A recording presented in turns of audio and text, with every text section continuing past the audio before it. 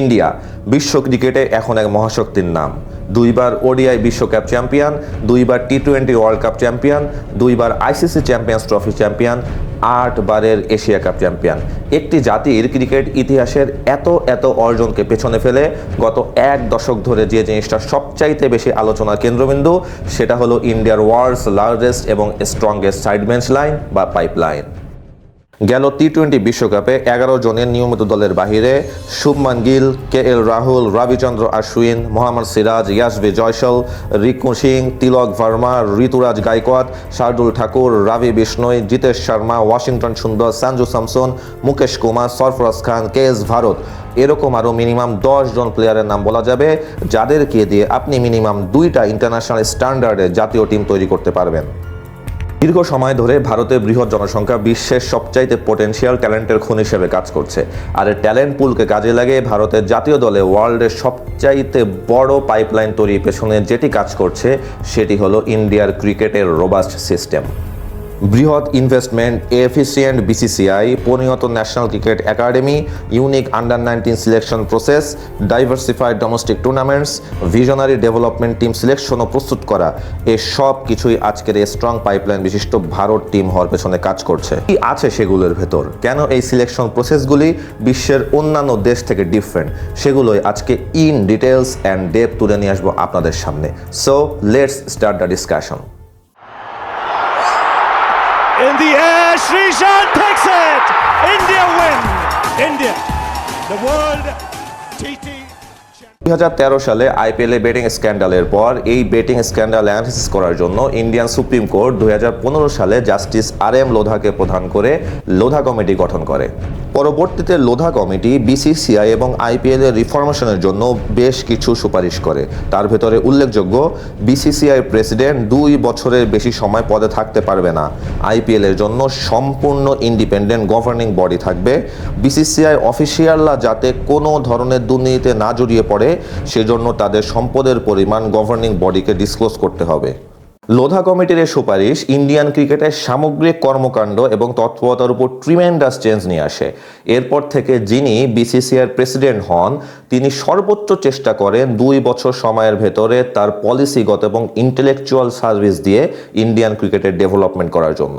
জাগমোহন ডালমিয়া, শশাঙ্ক মনোহর, অনুরাগ ঠাকুর, সি.কে. খান্না, সৌরভ গাঙ্গুলি এবং সর্বশেষ রজার বিনি 2015 সাল থেকে বিসিসিআইয়ের পর্যায়ক্রমিক প্রেসিডেন্টরা, যারা একাধারে পলিটিশিয়ান, ক্রিকেটার, সাবেক আইসিসি প্রেসিডেন্ট, এনারা ইন্ডিয়ান ক্রিকেট ম্যানেজমেন্ট কালচার পুনর্গঠনে সর্বাত্মক কাজ করেন। গভর্নিং বডির কাছে সম্পদের ডিসক্লোজ করার কারণে এবং 2 বছরের বেশি চুক্তিবদ্ধ না হওয়ার নিয়ম চালু হওয়ার কারণে গড়ে ওঠে ব্যক্তি স্বার্থহীন এবং ট্রান্সপারেন্ট ইন্ডিয়ান ক্রিকেট বোর্ড, যেটা পরবর্তীতে ইন্ডিয়ার 2015 সালের পর থেকে সামগ্রিক পরিবর্তনের নেপথ্যে অন্যতম কারণ হিসাবে কাজ করে। এবার আলোচনা করা যাক ইন্ডিয়ার ডোমেস্টিক ক্রিকেট নিয়ে।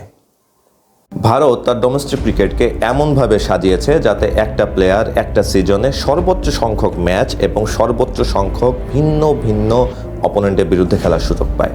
ভারত বড় পর্যায়ে 7 ধরনের ডোমেস্টিক ক্রিকেট খেলে: Ranji Trophy, Irani Trophy, Duleep Trophy, Vijay Hazare Trophy, Deodhar Trophy, Syed Mushtaq Ali Trophy এবং সর্বশেষ আইপিএল। এর ভেতরে Ranji Trophy, Irani Trophy, Duleep Trophy মূলত ইন্ডিয়ার first class cricket, Vijay Hazare Trophy এবং দিওধার ট্রফি 50 ওভার ফরম্যাটের বা লিস্ট এ ক্রিকেট, আর সৈয়দ মুস্তাক আলী ট্রফি 20 ওভার ফরম্যাটের। ভারত তার ডোমেস্টিকে 4 অথবা 5 দিনের ম্যাচগুলোকে ফার্স্ট ক্লাস ক্রিকেট এবং 50 ওভার ফরম্যাটের ম্যাচগুলোকে লিস্ট এ ক্রিকেট হিসাবে স্বীকৃতি দেয়। এর ভেতরে সব থেকে প্রেস্টিজিয়াস ও বেসিক হলো রঞ্জি ট্রফি। রঞ্জি ট্রফিতে 28টি স্টেট, 8টা ইউনিয়ন টেরিটরি এবং রেলওয়ে ও সার্ভিস সব মিলিয়ে 38টি টিম পার্টিসিপেট করে। প্রতি বছর রঞ্জি ট্রফিতে প্রায় 150টি ম্যাচ হয়, অর্থাৎ 150টি 4 দিনের রেড বলের ম্যাচ। দিলীপ ট্রফিতে 2016 থেকে 2020 সালের ভেতরে 4টা সিজনে ইন্ডিয়া ব্লু, ইন্ডিয়া রেড এবং ইন্ডিয়া গ্রিন এই 3টি টিমের ভেতরে খেলা হয়। ইরানি ট্রফিতে রঞ্জি ট্রফি চ্যাম্পিয়ন দল ও রেস্ট অফ ইন্ডিয়া এই 2 টিমের ভেতরে খেলা হয়। বিজয় হাজারি ট্রফি হলো রঞ্জি ট্রফিরই 50 ওভার ফরম্যাট, অর্থাৎ 38টি টিমের ভেতরে খেলা হয়। আর দিওধার ট্রফি হলো India team A, team B এবং টিম সি এই 3টি টিমের ভেতরে টুর্নামেন্ট। আপনি যদি মোটা দাগে আদার টপ ক্রিকেট প্লেয়িং নেশনগুলোর ডোমেস্টিক ক্রিকেট খেয়াল করেন, Australia, Sheffield cricket, Marsh One Day Cup এবং বিগ ব্যাশ লিগ, এই তিনটি domestic tournament, England country championship, the Royal London One Day Cup এবং দ্য ভাইটালিটি ব্লাস্ট, এই তিনটি domestic tournament, New Zealand, the Plunket Shield এবং the super smash, south Africa, the sun point series, the momentum one day Cup এবং the মার্জেন্সি super league, এই তিনটি domestic cricket খেলে। প্রত্যেকটি দেশে ডোমেস্টিক ক্রিকেট অনেক বেশি স্ট্রাকচার্ড হলেও সবথেকে বেশি সংখ্যক এবং রোবাস্ট ওয়েতে ডোমেস্টিক ক্রিকেট খেলে ইন্ডিয়া। শুধুমাত্র 2022 সালের সেপ্টেম্বর থেকে 2023 সালের মার্চ পর্যন্ত বিসিসিআই প্রায় 1500 ডোমেস্টিক ম্যাচ খেলায়। জুন 2023 থেকে মার্চ 2024 পর্যন্ত বিসিসিআই 1846টি ডোমেস্টিক ম্যাচ খেলানোর পরিকল্পনা করেছে, যেখানে 2017 সালে ছিল 950টি, মানে অলমোস্ট 50% অফ 2023। এত বেশি ধরনের এবং এত বেশি সংখ্যক টুর্নামেন্ট ইন্ডিয়ার ডোমেস্টিক ক্রিকেটকে ওয়ার্ল্ডস বেস্ট ডোমেস্টিক ক্রিকেটে পরিণত করেছে। আদার ক্রিকেট প্লেয়িং নেশনগুলো ফলে তাদের ডোমেস্টিক ক্রিকেট থেকে প্লেয়ারদের যে পাইপলাইন পাচ্ছে, তার থেকে ইন্ডিয়ার প্লেয়ারদের পাইপলাইন বেশি লম্বা এবং আরও বেশি ওয়ার্ল্ড ক্লাস হচ্ছে। আলোচনা করা যাক ইন্ডিয়ার ডেভেলপমেন্ট টিম সিলেকশন প্রসেস নিয়ে। ইন্ডিয়া এ টিম হলো second tyre cricket of Indian national team. এই টিমটা মূলত ডেভেলপমেন্ট টিম। সিনিয়র টিম কিংবা ন্যাশনাল টিমে ডোমেস্টিক প্লেয়াররা চান্স পাওয়ার পূর্বে প্রথমে ইন্ডিয়া এ টিমে সিলেক্টেড হয়। রাহুল দ্রাবিড় এই টিমের কোচ হয়ে আসার আগে ইন্ডিয়া এ টিমে কোনো সুনির্দিষ্ট স্ট্রাকচার ছিল না, প্লেয়ার সিলেকশনে কোনো সুনির্দিষ্ট ফরম্যাট ছিল না, নিজেদের ভেতরে সিরিজ খেলা ছিল খুবই যৎসামান্য। The great all of India এই টিমের দায়িত্ব নেওয়ার পরে ইন্ডিয়া এ টিমের ভিতরে নিয়ে আসেন আমূল পরিবর্তন। 2015 সালের আইপিএলের পর ইন্ডিয়া আন্ডার-19 এবং ইন্ডিয়া এ টিমের হেড কোচ হলেন তিনি। 2017 সালের শুরু থেকে 2019 সালের শেষ পর্যন্ত তিনি কোচ থাকা অবস্থায় ইন্ডিয়া এ টিম 24টি আনঅফিসিয়াল টেস্ট ম্যাচ খেলে, যেটা ওই সময় নিউজিল্যান্ড কিংবা বাংলাদেশ কিংবা পাকিস্তানের অ্যাকচুয়াল টেস্ট ম্যাচ খেলা থেকে বেশি। অন্য কোনো দেশের এ টিম 14টির বেশি ম্যাচ খেলেনি। ইন্ডিয়া এ টিমের প্লেয়ার সিলেকশনে বিসিসিআই তাদের বিচক্ষণতার সর্বোচ্চ প্রমাণ দেয়। মেইনলি এ টিমের প্লেয়ার সিলেক্টেড করা হয় ভবিষ্যৎ প্ল্যানিংকে সামনে রেখে জাতীয় দলের প্লেয়ারদের লং টার্ম রিপ্লেসমেন্ট হিসাবে। উদাহরণ হিসাবে বলা যেতে পারে, রাহুল দ্রাবিড় এ টিমের কোচ থাকাকালীন সময়ে ইন্ডিয়ান ন্যাশনাল টিম যদি ফিঙ্গার স্পিনারকে ড্রপ করায়, তাহলে এ টিম রিস্ট স্পিনারকে বেশি বেশি খেলার সুযোগ করে দেয়। রবীন্দ্র জাদেজা যখন জাতীয় দলে কামব্যাক করেছিল, আকসার প্যাটেলকে তখন ইন্ডিয়া এ টিমে খেলার সুযোগ করে দেওয়া হয়েছে, আর তার ফলাফল আজকে দেখা যাচ্ছে। হার্দিক পান্ডে যখন ন্যাশনাল টিমে স্থায়ী হওয়া শুরু করে, ইন্ডিয়া এ টিম বিজয় শঙ্করকে বেশি বেশি গেম খেলানোর সুযোগ করে দেয়। টার্গেট এখানে বেসিক্যালি দুটি। জাতীয় দলে যদি হঠাৎ কোনো প্লেয়ারের রিপ্লেসমেন্ট লাগে, তবে তার এক্সপার্টাইজের সাথে সাদৃশ্যপূর্ণ প্লেয়ার ইন্ডিয়া এ টিম থেকে সাপোর্ট দেওয়া। আর দ্বিতীয় টার্গেট হলো জাতীয় দলে যেসব প্লেয়ারের রিটায়ারমেন্টের সময় চলে এসেছে, তারা রিটায়ারমেন্টে যাওয়ার প্রায় 4 বছর আগে থেকেই তার ওই জায়গাটাকে ফিল আপ করার জন্য প্লেয়ার তৈরি করতে থাকা, যাতে ওই এক্সপিরিয়েন্সড প্লেয়ার রিটায়ারমেন্টে যাওয়ার পরে সম্পূর্ণ ভয়হীন এবং শানিত নতুন প্লেয়ার ওই জায়গাটায় বসতে পারে। সর্বশেষ 2 বছরের পারফরমেন্স এবং কোয়ালিটেটিভ অ্যানালাইসিসের ওপর ভিত্তি করে ইন্ডিয়া এ টিম থেকে 60 বা 80 জনের প্লেয়ারদের একটা শর্টলিস্ট করা হয়। এই প্লেয়াররা যখন ডোমেস্টিক খেলে, ফার্স্ট ক্লাস ক্রিকেট খেলে, তখন তাদের উপরে রাখা হয় বিশেষ নজর এবং তাদের পারফরমেন্সের ওপর ভিত্তি করে তৈরি করা হয় special qualitative analysis.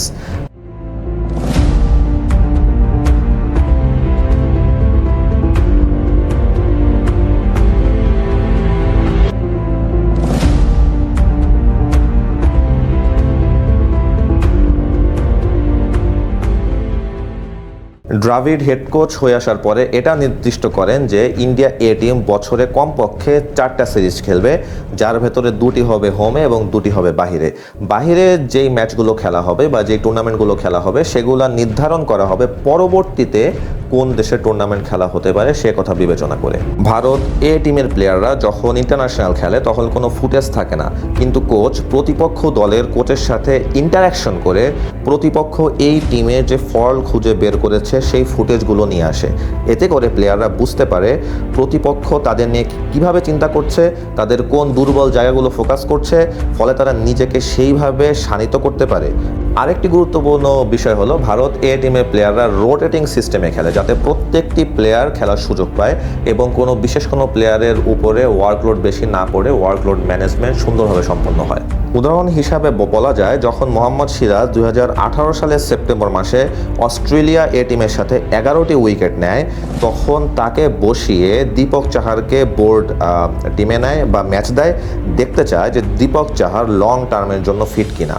Bharat team নিয়ে টিম ম্যানেজমেন্টের এই যে ভিশনারি প্ল্যানিং, স্পেসিফিক এবং প্ল্যান্ড প্লেয়ার সিলেকশন, আন্তর্জাতিক মানের ট্রেনার এবং ফিজিও দিয়ে তাদেরকে নার্চার করা এবং মোস্ট ইম্পর্টেন্টলি জাতীয় দলে সুনির্দিষ্ট কোনো জায়গার জন্য বছরের পর বছর থেকে প্লেয়ার তৈরি করতে থাকা, এটা ইন্ডিয়া টিমের স্ট্রং পাইপলাইন তৈরিতে সবথেকে বেশি সাহায্য করছে। আলোচনা করা যাক ন্যাশনাল ক্রিকেট একাডেমির দক্ষতা নিয়ে। এনসিএ হলো বিসিসিআই এর একাডেমি ফ্যাসিলিটি, যেটার মূল টার্গেট হলো পোটেনশিয়াল ইয়াং প্লেয়ারদের এমনভাবে ডেভেলপ করা যাতে তারা পরবর্তীতে ইন্ডিয়ান ন্যাশনাল ক্রিকেটকে রিপ্রেজেন্ট করতে পারে। 2015 সালের পরে এনসিএ ওয়ার্ল্ডের ভেতরে one of the best cricket academy হওয়ার পেছনে যে মানুষটার ভূমিকা সব থেকে বেশি, তিনি হলেন the great wall of India, Rahul Dravid. Under nineteen team যখন বিভিন্ন গ্রুপে বিভক্ত হয়ে বিভিন্ন জায়গায় ক্যাম্প করতে যেত, তখন রাহুল দ্রাবিড় এবং তার টিম সশরীরে সেখানে গিয়ে হাজির হতেন এবং যেখানে হাজির হতে পারতেন না সেখান থেকে কালেক্ট করতেন কোয়ালিটেটিভ অ্যানালাইসিস। 2010 থেকে ভারতের সন্দীপ প্যাটেল, যিনি 1983 সালে ওয়ার্ল্ড কাপ চ্যাম্পিয়ন টিমের সদস্য ও কেনিয়ান ন্যাশনাল টিমের সাবেক কোচ। 2014 থেকে 19 সময়কালে ব্রিজেশ পাটেল, যিনি 1974 থেকে 79 পর্যন্ত ইন্ডিয়ান ন্যাশনাল টিমের প্লেয়ার ও আইপিএল এর সাবেক চেয়ারম্যান। 2019 থেকে 21 অব্দি রাহুল দ্রাবিড় ও সর্বশেষ 2021 সালের পর ভিভিএস লাক্সম্যান, যিনি ইন্ডিয়ার আরেক লেজেন্ডারি ক্রিকেটার, ন্যাশনাল ক্রিকেট একাডেমির ডিরেক্টর হিসেবে দায়িত্ব পালন করেন। আপনি যদি লক্ষ্য করেন, এই চারজনই অভিজ্ঞতা ঝুলিতে ভরপুর এবং শেষ দুইজন তো বিশ্ব ক্রিকেটে দাপিয়ে বেড়ানো কিংবদন্তি। ন্যাশনাল ক্রিকেট একাডেমিতে আগত জুনিয়র প্লেয়াররা এসব কিংবদন্তিদের ছোঁয়ায় তাদের অভিজ্ঞতা এবং স্কিলের বাস্তবিক লেসন পেতে শুরু করে। ঋষভ পান্ট, ঈশান কিষান, ওয়াশিংটন সুন্দর, যারা আজ ভারতের জাতীয় ক্রিকেট দাপিয়ে বেড়াচ্ছে, তারা সবাই রাহুল দ্রাবিড় এবং তার এই টিমের কোচিংয়ের ফসল। এবার আলোচনা করা যাক ইন্ডিয়ার under-19 national team selection process নিয়ে। আপনি ভেবে খুব অবাক হবেন, ভারত তার আন্ডার-19 ন্যাশনাল টিম সিলেক্ট করে, যেটা মূল টার্গেট কিন্তু ওয়ার্ল্ড কাপ জেতা নয়। সেটা মূল টার্গেট থাকে প্লেয়াররা কত দ্রুত ফার্স্ট ক্লাস ক্রিকেট খেলে নিজেদেরকে সেখানে সর্বোচ্চ দক্ষ, শানিত এবং ব্যাটল হার্নেট করে প্রস্তুত করতে পারে। এবং এই টিম সিলেকশন প্রসেসটা শুরু হয় ওয়ার্ল্ড কাপ শুরু হওয়ার 18 মাস আগে থেকে। লোধা কমিটির রেকমেন্ডেশনের ভিত্তিতে 38টি টিম আন্ডার-19 এবং আন্ডার-16 ডোমেস্টিক ক্রিকেট খেলে। এই খেলাগুলো আপনি কোনো টেলিভিশন চ্যানেল অথবা মিডিয়াতে দেখতে পারবেন না। জুনিয়র সিলেকশন কমিটি এনসিএ এর কনসালটেশনে এই 38টি টিম থেকে 150 জন প্লেয়ার সিলেক্ট করে। এই 150 জন প্লেয়ারকে তারপর 6টা গ্রুপে ভাগ করে প্রত্যেকটা গ্রুপে 25 জন করে জোনাল ক্রিকেট একাডেমিতে মাসব্যাপী দীর্ঘ ক্যাম্পে পাঠানো হয়। ন্যাশনাল ক্রিকেট একাডেমি কোচরা প্রতিনিয়ত এই ক্যাম্পগুলোতে ভিজিট করে এবং তারা চেষ্টা করে যাতে সর্বোচ্চ সংখ্যক ম্যাচ খেলা তারা দেখতে পারে। এই ক্যাম্পগুলোতে সবথেকে বেশি ফোকাস করা হয় প্লেয়ারদের বডি ফিটনেস এবং তারা যাতে সবথেকে বেশি ম্যাচ খেলতে পারে তার উপরে। তাদের ফিটনেস প্যারামিটার, তারা ওয়ার্ক লোডের উপরে রিয়াকশন কেমন করছে, রানস, উইকেটস, ক্যাচেস, সব কিছু ডাটা কালেক্ট করা হয়। কোচরা এসব অ্যানালাইসিস করে আরও কিছু কোয়ালিটেটিভ লেয়ার যোগ করে, যেমন কে বিগ হিটার, কে কত দ্রুত স্ট্রাইড রোটেট করতে পারে, মাঠে কে কত দ্রুত বেশি বলের প্রতি রেসপন্সিভ, কোন বলার কত বেশি কনসিস্টেন্ট। সব কিছু বিবেচনা করে 150 জন প্লেয়ার থেকে 50 জন প্লেয়ার সিলেক্ট করা হয়, যাদেরকে নিয়ে 2টি ন্যাশনাল ক্যাম্প করা হয়, প্রত্যেকটা ক্যাম্পে 25 জন করে। ওয়ার্ল্ড কাপ জেতা যদি মূল টার্গেট হতো, তবে শুরুতেই 150 জন প্লেয়ার থেকে 20 জন প্লেয়ার সিলেক্ট করে নিয়ে আসা হতো। কিন্তু ইন্ডিয়ান ক্রিকেট বোর্ড এবং ন্যাশনাল ক্রিকেট একাডেমি এটা বিশ্বাস করে যে 17-18 বছরের একটা ছেলে সবাই এত দ্রুত তাদের পোটেনশিয়ালিটি শো করতে পারবে না, কিন্তু ধীরে ধীরে তাদের পোটেনশিয়ালিটি রিভিল হবে।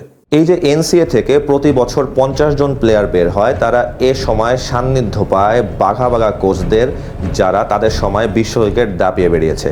তারা সান্নিধ্য পায় ইন্টারন্যাশনাল স্ট্যান্ডার্ডের ফিজিও এবং ট্রেনারদের এবং খেলতে পারে সর্বোচ্চ সংখ্যক ম্যাচ নিজেদেরকে প্রমাণ করার জন্য। এ সমস্ত ধাপের ভেতর দিয়ে পার হয়ে শুধুমাত্র 20 জন নয়, ভারত দেশ পায় 50 জন পোটেনশিয়াল ইয়াংস্টার, যারা ডেভেলপমেন্ট টিমে চান্স পাওয়ার জন্য সর্বোচ্চ রকম শানিত। এখান থেকেই প্রতি বছর ভারত অতিরিক্ত 30 জন প্লেয়ার পেয়ে যায়, যারা ভারত টিমের স্ট্রং পাইপলাইন তৈরি করার পেছনে গুরুত্বপূর্ণ ভূমিকা রাখছে। ভারত ক্রিকেটের ওয়ার্ল্ড লার্জেস্ট এবং স্ট্রংগেস্ট বেঞ্চ লাইন তৈরির পেছনে শেষ পেরেকটি মেরে দিয়েছে আইপিএল। ডোমেস্টিকে বাঘা বাঘা পারফর্ম করে আসা প্লেয়াররা যখন আইপিএলে ইন্টারন্যাশনাল স্ট্যান্ডার্ডের প্লেয়ারদের সাথে খেলে, তখন তাদেরকে এক্সপোজ করার সুযোগ পায়। প্রতিনিয়ত ইন্টারন্যাশনাল ব্যাটার এবং বলারদের ফেস করে নিজের স্কিলকে আলটিমেট লেভেলে নিয়ে যাওয়ার সুযোগ পায়। হাই ক্রাউড এবং প্রেশার সিচুয়েশনে নিজের নার্ভ ধরে রাখার টেকনিক তারা রপ্ত করে।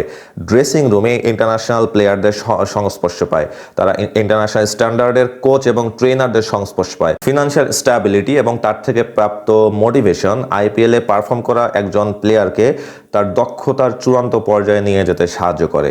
এই প্লেয়ারটি যখন আইপিএলে বাঘা বাঘা ইন্টারন্যাশনাল প্লেয়ারদের ফেস করার পরে জাতীয় টিমে খেলার সুযোগ পায়, তখন তার ভেতরে কোনো নার্ভাসনেস থাকে না, কোনো ভয় থাকে না, তার ভেতরে ম্যাচ উইনিং টেন্ডেন্সি চলে আসে। আমি সুযোগ পেলে ইনশাল্লাহ আইপিএলকে আর অ্যানালাইসিস করে আরেকটা ভিডিও বানাবো। তো এই যে ইন্ডিয়া আন্ডার-19 প্লেয়ার সিলেকশন করলো, তারপর সেখানে সেই প্লেয়ারগুলো ডোমেস্টিকে খেললো, ইউনিক একটা ডোমেস্টিক ফিচার, তারপর সেখান থেকে ডেভেলপমেন্ট টিমে চান্স পেলো যেটা অনেক বেশি ভিশনারি, এই সব কিছুই ইন্ডিয়ান ন্যাশনাল টিমে একটা লংগেস্ট পাইপলাইন তৈরি করতে সাহায্য করছে। বাংলাদেশ কেন এরকম করতে পারছে না? বাংলাদেশের এই যে পুরো সিস্টেমের ভিতরে কি ফ্ল আছে, কোন জায়গাগুলো ডেভেলপমেন্টের সুযোগ আছে, আমিটাও চেষ্টা করব সেটা নিয়ে একটা অ্যানালাইসিস করার জন্য। ততদিন আমার সাথেই থাকবেন। যদি ভিডিও ভালো লেগে থাকে তবে অবশ্যই সাবস্ক্রাইব করতে আপনারা ভুলবেন না।